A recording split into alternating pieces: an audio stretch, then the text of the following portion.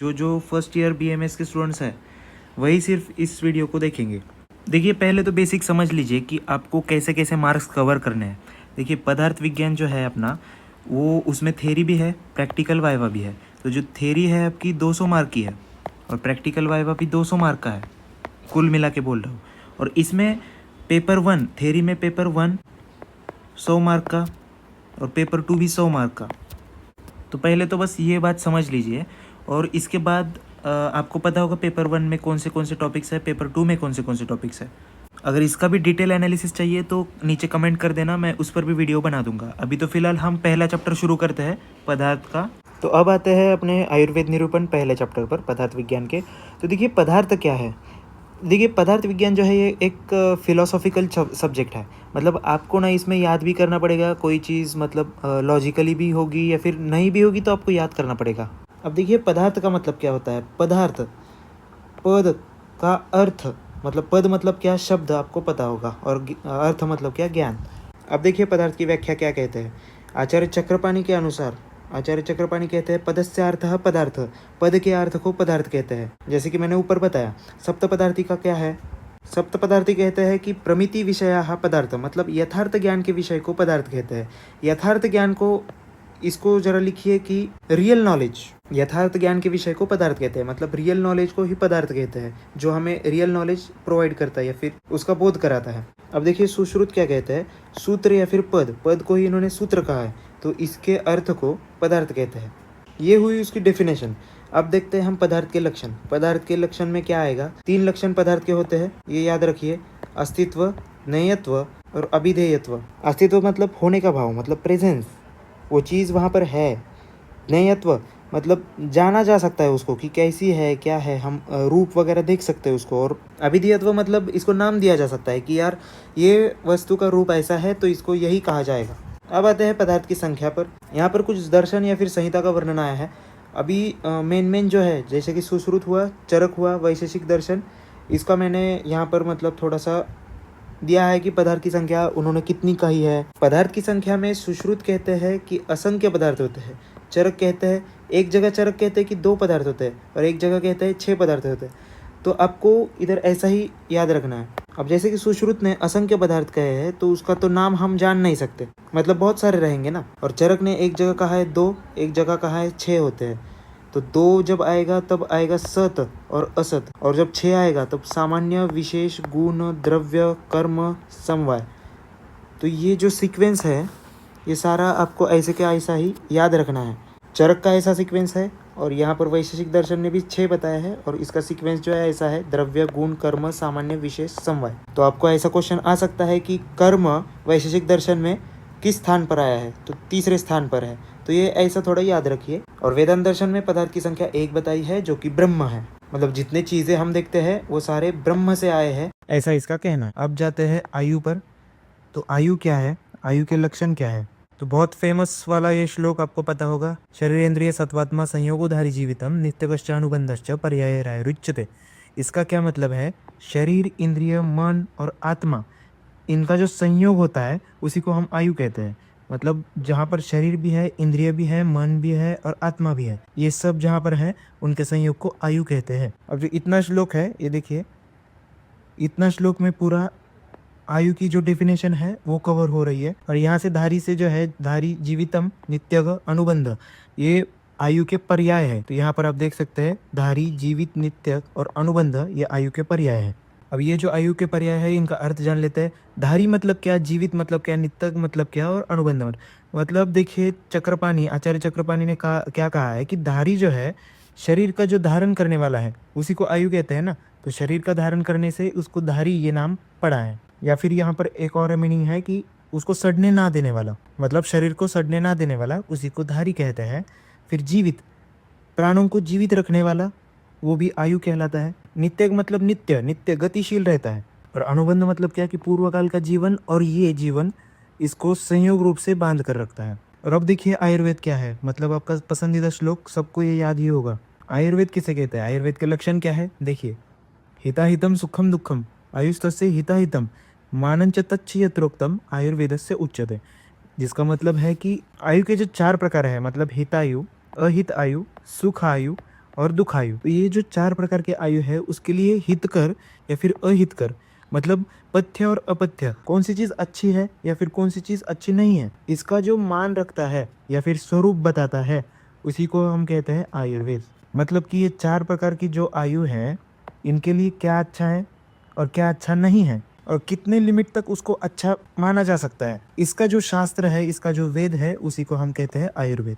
अब यहाँ पर हितायु और अहितायु क्या है इसके बारे में थोड़ा सा डिटेल दिया है, एक्सप्लेनेशन दिया है। तो देखिए, जो मनुष्य प्राणी मात्र का हित करता हो मतलब दूसरे प्राणी मात्र का, फिर दूसरे का धन की इच्छा ना रखता हो, सत्यवादी हो, शांति प्रधान हो, विचारपूर्वक कार्य करने वाला हो, सावधानीपूर्वक धर्म अर्थ काम इनका पालन करता हो, क्रोध राग ईर्ष्या मद अभिमानजन्य वेगों को धारण करने वाला, मतलब जो मन के वेग है उनको धारण करना चाहिए। ये आपको चरक में भी हुआ होगा या फिर वाग्भट में जो अपना अष्टांग है उसमें भी हुआ होगा। तो जितने हमारे षड विकार है उनको धारण करने वाला, सदा अनेक प्रकार की वस्तुओं का दान करता हो, तप करता हो, ज्ञान और शांति जिसको प्रिय है, अध्यात्म विद्या रखता हो या फिर उसका अनुष्ठान मतलब उसको पाने की इच्छा से प्रयत्न करता हो, और जो भी कार्य कर रहा है उसको जरा मतलब सोच समझ के आगे पीछे का भी ध्यान रखते हुए वो कार्य करता हो, ऐसा जो इंसान है उसको हम मतलब उसकी जो आयु है वो हितायु हम कह सकते हैं। अब इसके विपरीत जितने भी गुण आएंगे जैसे कि हित करता ना हो या फिर दूसरे के धन की लालसा जिसको रहती हो, सत्यवादी ना हो, शांति मतलब उपद्रव करता हो हमेशा, इसको हम अहित आयु में डाल सकते हैं। अब देखिए, सुखायु और दुखायु का मतलब क्या है। शारीरिक और मानसिक रोगों से रहित, मतलब कोई भी उसको मेंटल डिजीज या फिर फिजिकल ट्रॉमा कोई होना नहीं चाहिए। युवा हो, बल वीर्य यश पौरुष पराक्रम संपन्न, ज्ञान विज्ञान संपन्न, इंद्रिय एवं अर्थ संपन्न, प्रिय एवं रुचिकर पदार्थों का सेवन करने वाला तथा यथेष्ट विचरण करने वाला व्यक्ति जो है उसकी मतलब आयु जो है उसको सुखायु कहते हैं। मतलब जो उसका मन कर रहा है वो सब करता रहता है, मतलब सुख भोगता रहता है, सिंपल इसी को आप कह सकते हैं कि सुखायु। और इसके जो विपरीत है वो दुखायु, मतलब खुद को दुख देना उसका एम होता है। अब देखिए, आयुर्वेद की डेफिनेशन पर सुश्रुत संहिता में क्या दिया है। आयु से संबंधित ज्ञान और दीर्घायु के उपाय की चर्चा जिस शास्त्र में हो उसको आयुर्वेद कहते हैं। सिंपल। अष्टांग हृदय में तो पहले ही चैप्टर में आता है, 3रा श्लोक है ये, आयु कामयमानेन धर्मार्थ सुख साधनम आयुर्वेदे उपदेशेषु विधेय परमादरः, मतलब लगभग वही है। और ये आपने पढ़ा भी होगा, पहले चैप्टर में है अष्टांग हृदय सूत्र के। आगे हम सिद्धांत के प्रकार लक्षण वगैरह सारा देखते जाएंगे। ये इतना इम्पोर्टेंट नहीं है लेकिन हाँ बेसिक है, इसको समझोगे तो आगे का पार्ट बहुत जल्दी समझ में आएगा जिस पर क्वेश्चंस आते हैं। तो आज देखेंगे सिद्धांत मतलब थ्योरी। इसकी डेफिनेशन देखिए क्या कहते हैं कि परीक्षकों के द्वारा अनेक बार परीक्षा विषय की परीक्षा कर और हेतुओं, मतलब इसमें सारे आएंगे कि प्रत्यक्ष अनुमान ऐतिह्य और उपमान, तो इनके द्वारा उन परीक्षा विषयों को सिद्ध करके स्थायी निर्णय दिया जाता है। इसका मतलब क्या है कि कोई चीज़ हमें प्रूव करनी है तो इसके लिए कोई थ्योरम या फिर थ्योरी देके वो प्रूव किया जाता है। सिंपल सा यही मीनिंग है सिद्धांत का। अब देखिए सिद्धांत के भेद क्या है। एक तो ये याद रखिए कि 4 भेद है, सर्वतंत्र, प्रतितंत्र, अधिकरण और अभ्युपगम। तो यहाँ पर सिंपल सा समझ के लीजिए आप, सर्वतंत्र मतलब क्या, जो मतलब देखिए इसका मीनिंग ही क्या है कि यूनिवर्सल थ्योरी, मतलब सबको ये मान्य है कि ये सिद्धांत या फिर ये थ्योरी ऐसी ही रहेगी, मतलब इसको सबने सम्मति दर्शाई है, सर्वसम्मत हो। जैसे कि कोई रोग है, मतलब कोई रोग का कारण है और उसके लिए चिकित्सा क्या करनी है वो पहले ही दे चुके हैं। अब प्रतितंत्र सिद्धांत मतलब इसके जस्ट ऑपोजिट, मतलब भिन्न शास्त्रों में भिन्न भिन्न रूप से ये पाया जाता है। जैसे कि किसी शास्त्र में रसों की संख्या 6 मानी गई है तो किसी में 8 मानी गई, किसी में 4 भी हो सकती है, किसी में 1 भी हो सकती है। नेक्स्ट आता है हमारा अधिकरण सिद्धांत। इसका कहना बस इतना है कि कोई भी एक सिद्धांत अगर हम मान लेते हैं तो कुछ और सिद्धांत भी उसके साथ मानने पड़ते हैं। ये एग्जाम्पल आप पढ़ सकते हैं, कुछ नहीं, एकदम सिंपल है, तो ज़्यादा डीप जाने की मत कोशिश करिए। अब लास्ट में आता है अभ्युपगम सिद्धांत, मतलब हाइपोथेटिकल थ्योरी। इसका मतलब है कि कोई चीज़ हमें प्रूव करनी है तो कोई चीज़ माननी भी तो पड़ती है। मान लो कि ऐसा रहता है, मान लो कि वैसे वैसे होगा, तो ये जो आता है ये हाइपोथेटिकल में मतलब अभ्युपगम सिद्धांत में आता है। देखिए अब नेक्स्ट आता है हमारा भूतानुप्रवेश। ये इतना इंपॉर्टेंट नहीं है, बस एक बार पढ़ लीजिए। देखिए इसमें इंपॉर्टेंट है बस पंचमहाभूत सिद्धांत की उपयोगिता, ये हम देखेंगे। गर्भोत्पत्ति में पंचमहाभूत सिद्धांत आपको ये रचना में भी मिलेगा। यही श्लोक मिलेगा, तम चेतनावस्थितम वायुर्विभजति तेज एन पचति अपक्लेदयन्ति पृथ्वी सहनन्ति आकाशम विवर्धयति। तो यही आपको श्लोक मिलेगा। ये सुश्रुत शारीर स्थान का श्लोक है, 5वां अध्याय 3रा श्लोक। तो देखिए इसका क्या मतलब है कि जब हमारा गर्भ, कोई भी बच्चा अगर गर्भ में पल रहा है तो उसको कैसे पंचमहाभूत प्रभावित करता है या फिर कैसे पंचमहाभूतों से वो बन पाता है, इसका पूरा एक्सप्लेनेशन इस श्लोक में दिया गया है। तो इसका मतलब है कि देखिए शुक्र संयोग के बाद जब चेतना अवस्थित हो जाती है, मतलब चेतना आ जाती है हम में, तब वायु क्या करता है, विभाजन का कार्य करता है, मतलब डिवीजन का कार्य करता है। अग्नि से पाक मतलब डाइजेशन होता है। आप मतलब जल, इससे क्लेदन क्रिया मतलब स्निग्धता आने लगती है। पृथ्वी से सहनन कार्य होता है, मतलब कॉम्पैक्शन। और विवर्धन मतलब एक्सपांशन, मतलब ये आकाश में होता है, ये तो पता ही है हमें। तो इस तरह से गर्भ का विकास होता है। और ये इसका श्लोक आपको रचना में और शायद क्रिया में भी होगा ही, और सुश्रुत में 3rd ईयर को आपको करना ही पड़ेगा, तो इसलिए अभी कीजिए। एकदम सिंपल सा और बेसिक श्लोक है। अब देखते हैं त्रिदोष और पंचमहाभूत सिद्धांत, मतलब तीनों दोषों में पंचमहाभूत सिद्धांत कैसे यूज होता है, ये भी एक इम्पोर्टेंट पार्ट है। तो वायुआकाश धातुभ्याम वायु आग्नेयम पित्तम अम्ब पृथ्वीभ्याम श्लेष्मः। इसका जो मीनिंग है देखिए, अब इसका मीनिंग क्या है कि वात दोष जो है वो वायु और आकाश महाभूत से उत्पन्न होता है, पित्त सिर्फ अग्नि से उत्पन्न होता है, और कफ जल और पृथ्वी महाभूत से उत्पन्न होता है। अब देखते हैं षड्रस और पंचमहाभूत सिद्धांत क्या कहता है। यह आपको अष्टांग हृदय के 10वें चैप्टर में भी मिलेगा। तो देखिए मधुर रस, अम्ल रस, लवण रस, ये सारे रस के नाम है। 6 रस होते हैं, कटु रस, तिक्त रस और कषाय रस, ये 6 रस होते हैं। अब मधुर रस में प्राधान्यता पृथ्वी और जल की रहेगी, ये आपको बाद में भी करना पड़ेगा, इससे अच्छा यहीं पर निपटा लो इसको। अम्ल रस में पृथ्वी अग्नि, और लवण रस देखिए अग्नि और जल। कटु रस में अग्नि वायु, फिर तिक्त में वायु और आकाश, फिर कषाय में पृथ्वी और वायु। इसका डिटेल एक्सप्लेनेशन और ट्रिक भी मेरे पास है, तो वो यहाँ पर उतना ज़रूरी नहीं है। जब आएगा रस का अध्याय आपका, जब चरक में पढ़ाऊँगा तब वो चीज़ मैं एक्सप्लेन करूँगा। अब द्रव्यों के गुण और पंचमहाभूत सिद्धांत ये उतना इम्पोर्टेंट नहीं है, ये 2nd ईयर में आपको आएगा काम। आगे देखिए त्रिदोष सिद्धांत। सबसे बेसिक यहाँ पर दिया है कि आयुर्वेद में वात पित्त कफ होते हैं, ये तो पता है। अब जब ये साम्यावस्था में होते हैं, मतलब बैलेंस स्टेट में होते हैं, तब शरीर का स्वास्थ्य इसकी रक्षा करते हैं, और जब ये विषम हो जाते हैं तब यही विविध रोगों को उत्पन्न कर देते हैं। अब त्रिदोष सिद्धांत देखिए, और ये अलग है, ये जो त्रिदोष सिद्धांत है, त्रिदोष सिद्धांत और पंचमहाभूत, एक मिनट दूसरे पेन से दिखाता हूँ। देखिए त्रिदोष सिद्धांत और पंचमहाभूत सिद्धांत, यहाँ पर बताया है कि त्रिदोष और पंचमहाभूत का मतलब मेल कैसे खाया है। और ये जो त्रिदोष सिद्धांत है यहाँ पर अलग दिया है, बस इसको एक बार पढ़ के छोड़ दो। जब भी आप रचना शरीर पढ़ोगे तब आपको ये याद रखना है कि रचना शरीर का जो मूल कारण है वो पंचमहाभूत है, क्योंकि वो रचना है ना। और क्रिया मतलब हमारी फिजियोलॉजी कैसी है, उसके लिए आपको त्रिदोष की तरफ जाना पड़ेगा, इसलिए क्रिया शरीर का मूल कारण त्रिदोष है। और ये जो त्रिदोष है, इनका जो फंक्शन है या फिर क्रियात्मक भूमिका है, इनका जीवन के आरंभ से मृत्यु तक पूरा चलती है, मतलब पूरा जीवन भर हमें त्रिदोषों पर डिपेंड रहना पड़ता है।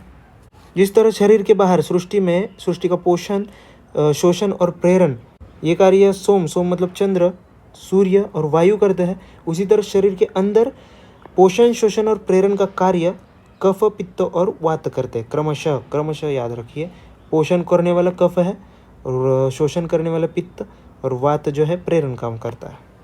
और ये जो नीचे का उतना इंपॉर्टेंट नहीं है तो मत पढ़ो। तो आप में देखेंगे त्रिदोष के प्राकृत कार्य क्या होते हैं। देखिए प्राकृत कार्य मतलब नॉर्मल फंक्शनिंग ऑफ वात। प्राकृत वायु सर्वदा उत्साह, श्वास प्रश्वास, चेष्टा, पुरुष आदि इनके वेगों को प्रवृत्त करता है। रस आदि धातुओं की उचित गति तथा इंद्रियों की पटुता मतलब सामर्थ्य ये वात के कारण रहती है। मतलब वात जब हम में बैलेंस स्टेट में होता है तब ये कार्य सारे होते हैं। अब आता है प्राकृत पित्त के कार्य, जिसमें पक्ति मतलब पाचन कार्य, मतलब भूख लगना ऐसा मान सकते हो। उष्मा गर्माहट बनाए रखना। दर्शन मतलब देखना, विजन। क्षुधा मतलब भूख, तृष्णा मतलब प्यास। रुचि मतलब कोई भी कार्य करने में रुचि आना, मतलब उत्साह रहना। त्वचा पर कांति। मेधा मतलब स्मरण शक्ति, इंटेलेक्ट। धी हो गया बुद्धि। शौर्य शरीर में मृदुता लाने का कार्य, ये सारे पित्त के कार्य है। प्राकृत कफ के कार्य देख सकते हैं। शरीर में दृढ़ता, स्निग्धत्व उत्पन्न करना, स्निग्धत्व मतलब चिपचिपापन, संधिबंधों को सुश्लिष्ट करना मतलब लुब्रिकेशन प्रोवाइड करना, शरीर को सहिष्णु बनाना, सहन करने के काबिल बनाना, ये सारे कफ के कार्य है। अब हम देखते हैं त्रिदोष सिद्धांत की उपयोगिता क्या है, इसका इंपॉर्टेंस क्या है। अब इतना तो आप जान गए होंगे कि रोगों की उत्पत्ति का कारण त्रिदोष होते हैं, मतलब सभी रोगों का जो मूल कारण होता है वो वात पित्त कफ होता है। तो इनकी वजह से जो भी रोग होते हैं इनके गुणों की वजह से होते हैं, और जब हम इन दोषों का शमन करने की इच्छा रखते हैं, अभी इन्हीं दोषों के गुणों की अगर हम शामक औषधियाँ दी, शामक मतलब कम करने वाली, तो शामक औषधियाँ देने से ये व्याधि का नाश हो जाता है, मतलब व्याधि कम हो जाती है। और आयुर्वेद शास्त्र भी यही कहता है कि वात पित्त कफ ये व्याधियों का मतलब कारण मानता है, इसी को हम आगमात कहते हैं। अब ये जो त्रिदोष होते हैं वो शारीरिक प्रकृति की उत्पत्ति कैसे करते हैं। देखिए, शुक्र शोणित का जब संयोग का समय होता है उसमें जिस दोष का बल अधिक होता है उसके अनुसार प्रकृति निर्माण होती है। अब यहाँ पर देखिए साध्यासाध्यता, इसका मतलब है कि कौन सा रोग हमें जल्दी साध्य है या फिर जल्दी से ठीक होगा और कौन सा नहीं होगा। मतलब ये जो रोगों की साध्यता है वो भी दोषों पर डिपेंड करती है, दोषों का बल या फिर अबल इस पर निर्भर करती है, और रोगों की चिकित्सा भी इसी आधार पर होती है। तो देखिए, अब आते हैं षड्रस सिद्धांत पर। आयुर्वेद ने रसों की संख्या तो 6 बताई है। षड्रस, रस मतलब जान लीजिए कि टेस्ट, तो आयुर्वेद ने 6 टेस्ट बताए हैं, जिसमें मधुर, अम्ल, लवण, कटु, तिक्त, कषाय, ये आपको पता होगा, ये बेसिक रहता है तो हर कॉलेज में लेते ही है। वही मधुर मतलब स्वीट होता है, अम्ल मतलब सौर, लवण मतलब सॉल्टी, कटु मतलब तीखा। देखिए, कटु और तिक्त में कंफ्यूज मत होइए, कटु मतलब तीखा होता है और तिक्त मतलब कड़वा होता है, और कषाय मतलब अपनी एस्टिंजेंट टेस्ट, मतलब मुंह में ऐसे खसखस सा लगता है, सुपारी खाने के बाद जैसे लगता है वैसे। देखिए, अभी आयुर्वेद ने तो 6 संख्या मानी है, लेकिन अभी इसका मतलब कहाँ से इसका रिसर्च आता गया है। भद्रकाप्य ने एक ही बताया है जो कि जल है, मतलब रसों का नाम। भद्रकाप्य कहते थे कि सिर्फ जल, जल मतलब रस। शाकुंतलेय ब्राह्मण बोले कि 2 है, छेदनीय और उपशमनीय। तो ये कोई इतना इंपॉर्टेंट नहीं है, आप पढ़ लेना एक बार। यहाँ पर इंपॉर्टेंट है कि पुनर्वसु अत्रेय ने 6 रस बोले हैं, जो कि हमें अष्टांग हृदय में पता चलता है, मधुर, अम्ल, लवण, कटु, तिक्त, कषाय। यही हमारे आयुर्वेद ने एक्सेप्ट किया है। अब ये वाला चार्ट एक बार पढ़ लेना। जैसे कि मैंने कल बताया था, ये वाला टेबल ये आपको याद ही करना है। आपको यही टेबल चरक में होगा, वाग्भट में होगा, और यहाँ पदार्थ विज्ञान में भी है, और हर जगह है, क्योंकि ये बहुत बेसिक चीज़ें हैं, आपको याद करनी पड़ेगी। यहाँ पर ऐसा दिया है कि जो मधुर, अम्ल, लवण, कटु, तिक्त, कषाय, ये जो रस है इनमें कौन सा महाभूत प्रधानता दिखाता है। रहते तो सभी महाभूत है, लेकिन प्रधानता किसकी होती है, तो 2 प्रधानता बताए गए हैं, तो उस हिसाब से आप याद कीजिए। मधुर रस के कर्म हम देखते हैं, जो कि हमें अष्टांग हृदय में भी बताया गया है। तो मधुर रस जन्म से ही साथ में होता है, साथ में मतलब हमें आदत होती है उसकी, क्योंकि जो हम माँ का दूध पीते हैं वो भी मधुर रस का होता है, और इससे सारे मतलब रसादी धातुओं का पोषण होता है। जो हमारा अष्टांग में श्लोक है, बाल वृद्ध क्षत क्षीण वर्ण केशेंद्रिय ओजसाम, मतलब छोटे बच्चे से लेके और कोई बुढ़े तक, मतलब वृद्ध व्यक्ति तक ये हितकर पाया जाता है। क्षत क्षीण मतलब जो थका हारा व्यक्ति है उसके लिए, वर्ण जिसको स्किन ग्लोइंग रखनी है उसके लिए, केश जिसके बाल जिसको अच्छे करने हैं, जिसकी इंद्रिया सेंस ऑर्गन्स में ताकत चाहिए, और ओज मतलब इम्यूनिटी के लिए भी ये हितकर बोला गया है। ब्रूहन मतलब पोषण, यही इसका अर्थ है, ये जान लीजिए। तो कंठ के लिए भी हितकर है, दूध को बढ़ाता है, अस्थि को जोड़ता है, आयु के लिए हितकर कहा गया। अब इतनी सारी चीजें करता है तो इसको जीवन कहा गया है, और स्निग्ध तो रहता ही है, क्योंकि पृथ्वी और जल ये 2 महाभूत स्निग्धता के ही प्रतीक है। और देखिए, वात, पित्त एवं विष का नाश करता है। अब देखिए, अम्ल रस के क्या कर्म है। अग्नि को प्रदीप्त करता है, मतलब जाठर अग्नि को बढ़ाता है या फिर भूख को बढ़ाता है। स्निग्ध रहता है, जहाँ जहाँ पृथ्वी और जल महाभूत, पृथ्वी या फिर जल या फिर दोनों अगर आएंगे तो वो स्निग्ध रहेगा, ये बात याद रखना।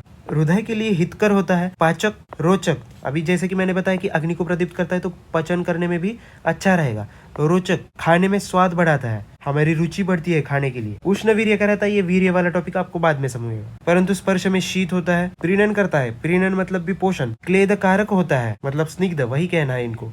लघु होता है, कफ, पित्त एवं रक्त को बढ़ाता है, और वायु का अनुलोमन करता है, मतलब वायु को दबाता है। अब देखिए, लवण रस के क्या कर्म है। लवण स्तंभ संघात बंध विद्मापन अग्निकृत, इसका मतलब स्तंभ, संघात, बंध। अब ये स्तंभ, इनका डिटेल सारा आपको बाद में भी पता चलेगा, और यहाँ पर स्तंभ मतलब स्टिफनेस, संघात मतलब बांध के रखना, ये बंध में भी जहाँ पर बंध हुआ है इनको नष्ट कर देता है, मतलब वहाँ का जो स्पेस है वो थोड़ा फ्री कर देता है, मूवेबल कर देता है। अग्नि का वर्धक होता है क्योंकि इसमें तेज महाभूत प्रधान है, तेज प्लस जल है इसमें, अग्नि प्लस जल, इसलिए ये अग्नि का वर्धन करता है। स्नेहन करता है, जैसे कि मैंने बताया था इसमें जल भी है तो स्नेहन करेगा। स्वेदन करता है, अग्नि है, तीक्ष्ण, रुचिकर, छेदन और भेदन करने वाला। अब देखिए तीखा रस कौन सा कर्म दिखाता है, कटुरस। तो कटुरस गल रोग, उदर्द, कुष्ठ, अलसक, शोथ इनको नष्ट कर देता है। अब ये छोटे छोटे डिसीजेस हैं या फिर उनके लक्षण हैं, तो ये आपको धीरे धीरे पता चलते जाएंगे। यहाँ पर मैं इतना सारा नहीं बता सकता, नहीं तो कुछ नहीं याद रहेगा। तो इन सबको नष्ट करता है, इतना याद रखिए। फिर व्रण को शिथिल करता है, स्निग्धता, मेद और क्लेद इनको सुखा देता है।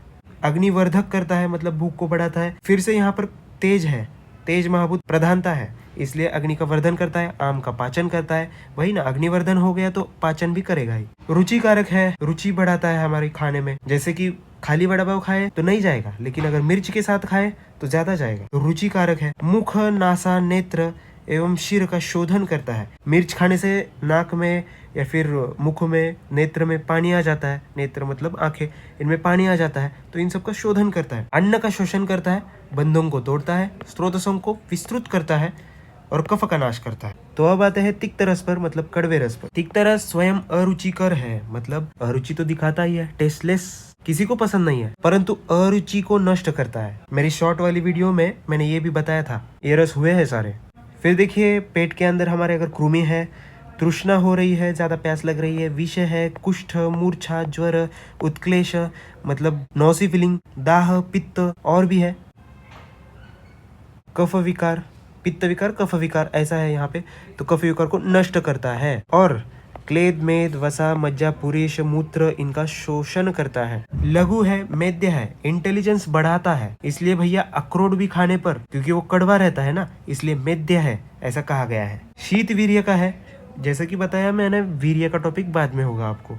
रुक्ष है, रुक्ष मतलब सूखा, स्तन्य तथा कंठ का शोधन करता है। अगला देखेंगे कषाय रस। आपने फिटकरी देखी होगी, कभी चखी भी होगी खड़ी शक्कर समझ के, तो आपको पता होगा कि कषाय रस कैसा होता है। तो कषाय रस जो है, या फिर सुपारी खाई होगी, उसमें जो पहली टेस्ट लगती है हमें कषाय रस ही होता है। कषाय रस पित्त एवं कफ का नाश करता है।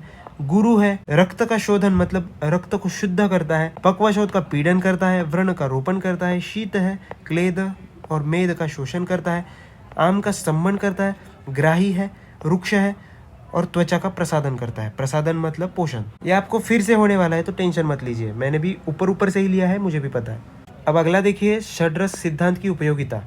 इसकी उपयोगिता क्या है, जैसे कि मैंने पहले बताया था कि त्रिदोष जो है हमारे व्याधि उत्पत्ति के कारण बनते हैं, मतलब जब इम्बैलेंस हो तब हमारे शरीर का घात करते हैं और विविध रोगों को उत्पन्न करते हैं। अब वैसे ही इन दोषों को अगर साम्य अवस्था में लाया जाए तो उसी को चिकित्सा हम कह सकते हैं। इसका बेसिक मतलब जो है इस टेबल में समझाया है आपको, एक बार ये पढ़ लेना।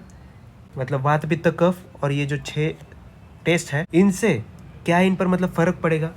मधुर खाने से जैसे वात कम होगा, पित्त कम होगा और कफ बढ़ेगा, तो उस हिसाब से आपको याद रखना है। ये बहुत ज़्यादा बेसिक चीज़ है, ये आपको करनी ही करनी पड़ेगी। इधर नहीं करोगे तो अष्टांग में करना पड़ेगा। तो पीवी का ये पार्ट है नहीं, ये बस बेसिक चीज़ें चल रही है। तो आप देख सकते हैं यहाँ पर, ट्रिक नहीं कह सकते, ये तो लॉजिक ही है वैसे। मधुर, अम्ल और लवण, इन तीनों का एक ग्रुप करो। ये 3 एक ग्रुप में है और ये जो निचले हैं ये एक ग्रुप में है।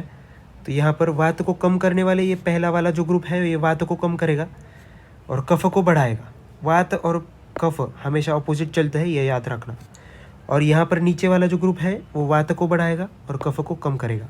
अब पित्त का जो है आपको एक श्लोक है, अब पित्त का जो है आपको एक श्लोक है, कषाय तिक्त मधुराः पित्तम मन्येतु कुर्वते। ये याद रखिए, कषाय तिक्त मधुराः पित्तम मन्येतु कुर्वते, मतलब कषाय रस, तिक्त रस और मधुर रस ये पित्त के मतलब पित्त को कम करते हैं। कषाय तिक्त मधुराः पित्तम मन्येतु कुर्वते, ये अष्टांग का ही श्लोक है।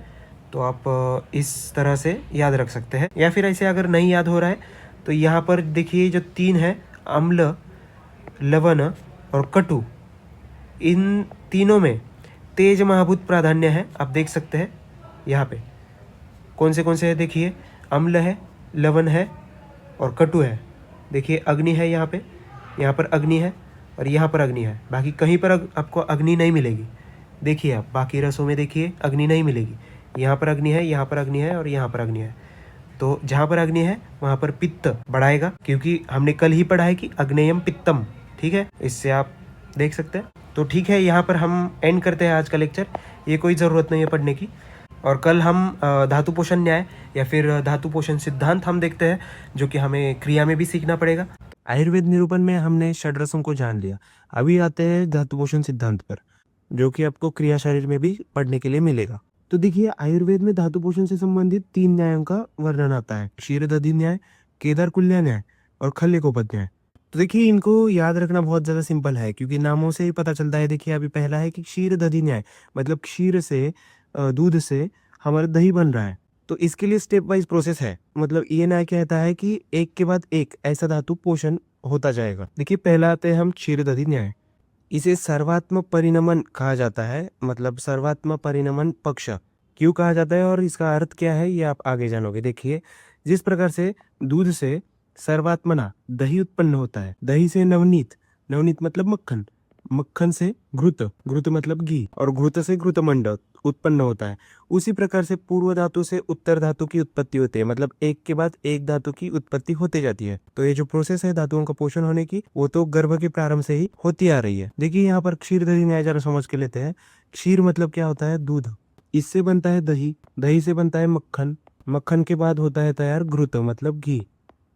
ठीक है, अब ये जैसे प्रोसेस है कि एक के बाद ये, एक के बाद फिर इसके बाद ये, फिर इसके बाद ये, मतलब पूरा दूध ही कन्वर्ट होता है दही में, दही कन्वर्ट होता है मक्खन में। ऐसे ही जो रसादी धातु है हमारे, रस से बनेगा रक्त, रक्त से बनेगा मांस, उससे बनेगा मेद।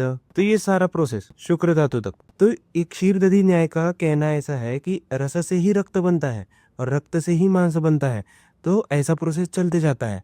जैसे दूध से घी बनने की प्रोसेस है, वैसे ही रस धातु से शुक्र धातु तक की प्रोसेस होती है। यही होता है क्षीरदधि न्याय। तो एक गर्भ के प्रारंभ से ही पोषित होते आ रहे हैं, यहाँ पर वही दिया है। और इनका जो कन्वर्जन होता है उसके लिए हमें चाहिए यहाँ पर अग्नि। तो इसके बीच में चाहिए हमें रस अग्नि, रस की अग्नि, रस को पचाने वाली अग्नि, रक्त को पचाने के लिए रक्त अग्नि चाहिए यहाँ पे।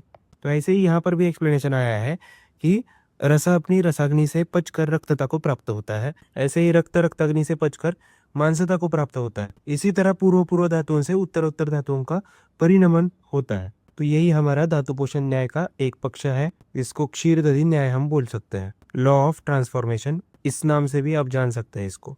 देखिए, यहाँ पर पिक्चर देके एक्सप्लेन किया है, मिल्क से कर्ड, कर्ड से बटर, फिर घी। वैसे ही इसका एक्सप्लेनेशन दिया है जो मैंने वहां पर समझाया। अब आता है केदारकुल्य न्याय पर। तो यहाँ पर हम समझते हैं केदारी कुल्य न्याय। यहाँ पर मान लीजिए कुआं है और यहाँ पर पहला खेत, यहाँ दूसरा खेत, तीसरा खेत। इसको स्टोरी की तरह समझिए बिल्कुल। अब देखिए, केदारी का मतलब जो होता है वो होता है खेत, और कुल्या मतलब कुआं। कुआं या फिर इसको नाला, ऐसा कुछ तो बोल सकते हैं जहाँ से पानी आने वाला है। अभी कुएं का जो पानी है हमने ऐसा छोड़ दिया, इधर इधर से पूरी ऐसी चैनल बना ली और यहाँ से पानी छोड़ दिया। यहाँ से ऐसे बना लेते हैं कि खेतों में वो पानी जाए। तो देखिए, यहाँ से पानी आया, सबसे पहले कहाँ पर जाएगा ये बताइए। पूरा यहाँ तक पानी चला जा रहा है, लेकिन सबसे पहले कहाँ जाएगा?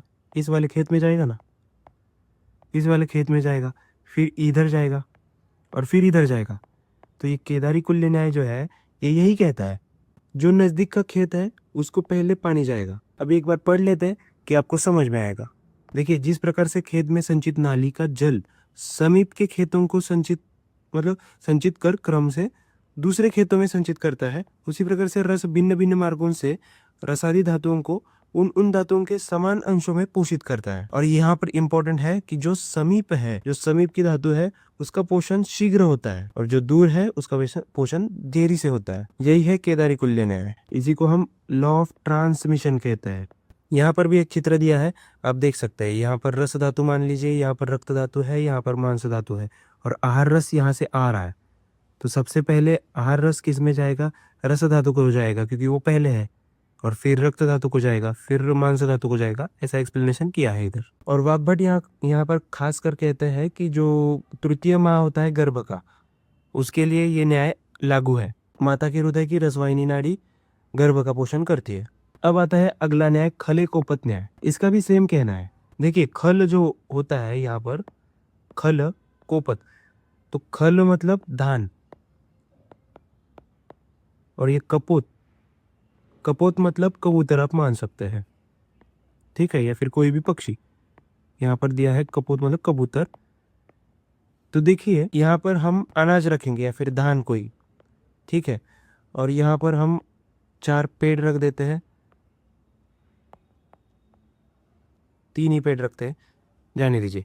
देखिए यहाँ पर एक कबूतर रहता है, मेरी ड्राइंग उतनी अच्छी नहीं है, लेकिन देखिए एक कबूतर यहाँ पर रहता है, एक कबूतर यहाँ रहता है, और एक कबूतर यहाँ पर रहता है। तो अभी हर एक को अपने घोंसले में ये धान लेकर जाना है। तो सबसे पास वाला जो कबूतर रहेगा वही सबसे पहले आएगा, ले जाएगा, आएगा ले जाएगा, और जो उससे थोड़ा सा दूर है वो आएगा ले जाएगा, फिर इससे दूर वाला आएगा, ले जाने तक ही ये लोग खत्म कर देंगे। इसका कहने का अर्थ है कि इसको मान लीजिए रस, इस कबूतर का नाम है रस, इसका है रक्त, इसका है मांस, और ऐसे ही कबूतरों का नाम मान लीजिए शुक्रदक।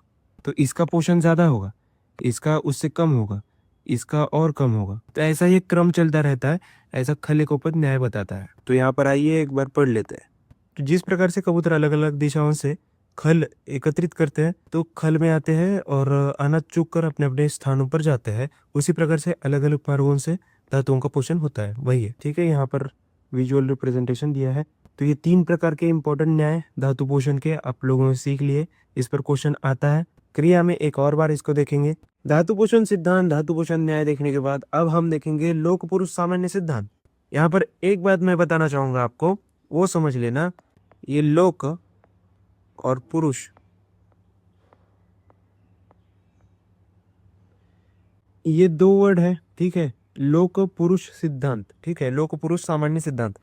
ये लोक का जो अर्थ है, ये इसका अर्थ है कि संसार, पूरा संसार जिसमें सब आएगा, और पुरुष यानी हमारी बॉडी, किसी की भी बॉडी, ठीक है। अब इसमें जो सामान्यता है उसी को हम कहते हैं लोक पुरुष सामान्य सिद्धांत। जो ब्रह्मांड में है, जो संसार में है, वही पिंड में है, मतलब बॉडी में है, ठीक है। तो यहाँ पर है कि लोक पुरुष सामान्य सिद्धांत का वर्णन चरक संहिता के शरीर स्थान में प्राप्त होता है, ठीक है। आचार्य चक्रपाणी ने इस सिद्धांत को मोक्ष की इच्छा करने वाले व्यक्तियों के लिए उपयोगी माना गया है, ठीक है, चक्रपाणी के, और ये चरक शरीर स्थान में दिया गया है। देखिए अब लोक पुरुष सामान्य सिद्धांत क्या कहता है। पुरुष मतलब हम, लोक मतलब पूरा जगत संसार के स्वरूप वाला होता है, पुरुष लोक के स्वरूप वाला होता है। लोक में जितने मूर्तिमंत भाव है उतने ही भाव विशेष पुरुष में भी है, और जितने भाव पुरुष में है उतने भाव लोक में भी है। इसका उदाहरण आप यहाँ पर देख लीजिए कि पृथ्वी मतलब मूर्ति की तरह है, तो हम भी मूर्ति की तरह ही है एक। आप मतलब बाहर पानी है लेकिन हम में क्लेद है, स्निग्धता है, पानी हम में भी है।